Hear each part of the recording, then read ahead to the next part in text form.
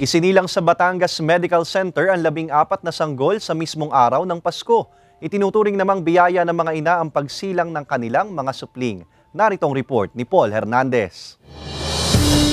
Sa OB ward ng Batangas Medical Center o BAT-MC, unang narinig ang pag-iyak ng pinakabagong biyaya ng inang si Lailani nang isilang pasado alas 12 ng hating gabi nitong Pasko ang first baby niyang si James Christian. Sa January pa raw sana ang due niya, pero pumutok na raw agad ang panubigan ni Lailani sa pagsalubong sa Pasko. Masaya kasi hindi ko po in-expect na December 25 po sadya yung labas niya. Pero minsan natakot din po kasi CES. Ang kwento naman ng first time mom na si Pamela, maihahalin tulad daw sa naging tagpo bago isilang si Jesucristo. Mula Cabuyao, Laguna, ilang hospital daw ang tumanggi kay Pamela dahil walang doktor na magpapaanak sa kanya. Hanggang sa sasakyan na raw niya ipinanganak si baby girl Azaria, 3:35 ng madaling araw kahapon. Magastos din kasi kapag nagpa-cesarean pa kami sa mga private hospital. Okay. So, may reason bakit dinala rin kami dito. Sa tala ng BAT-MC, 14 ang Christmas babies o mga isinilang sa araw ng Kapaskuhan.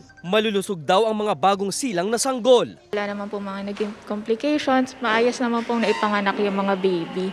So parang normal lang din po. Para sa mga nanay, dagdag biyaya sa kanilang mailuwalang mga anak nila sa mismong araw pa ng Pasko. Bigay mo yung buhay mo kay God. Kasi binigay ka ni God sa akin with purpose. Pinapangako po na gagawin namin lahat mag-asawa para mabigyan po siya ng magandang buhay. Paalala ng mga doktor, ipagpatuloy ang pagbe-breastfeed sa mga bata. Malaki raw ang naitutulong ito sa growth and development ng mga ito. Kasama si Buhay Adante Jr., Paul Hernandez, Balitang Southern Tagalog.